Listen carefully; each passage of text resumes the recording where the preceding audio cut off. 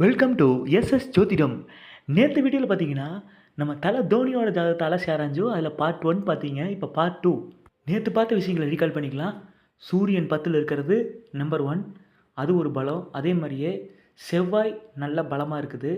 அதே மாதிரியே 3ஆம் இடம் ஸ்ட்ராங்காக இருக்குது.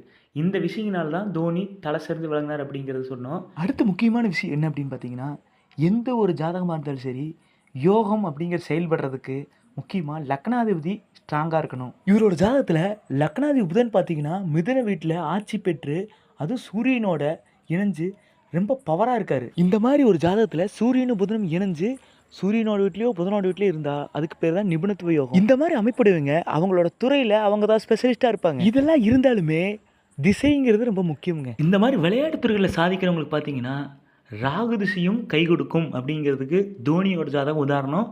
ராகு திசையில் தான் ஒரு டாப்புக்கு வந்தார்.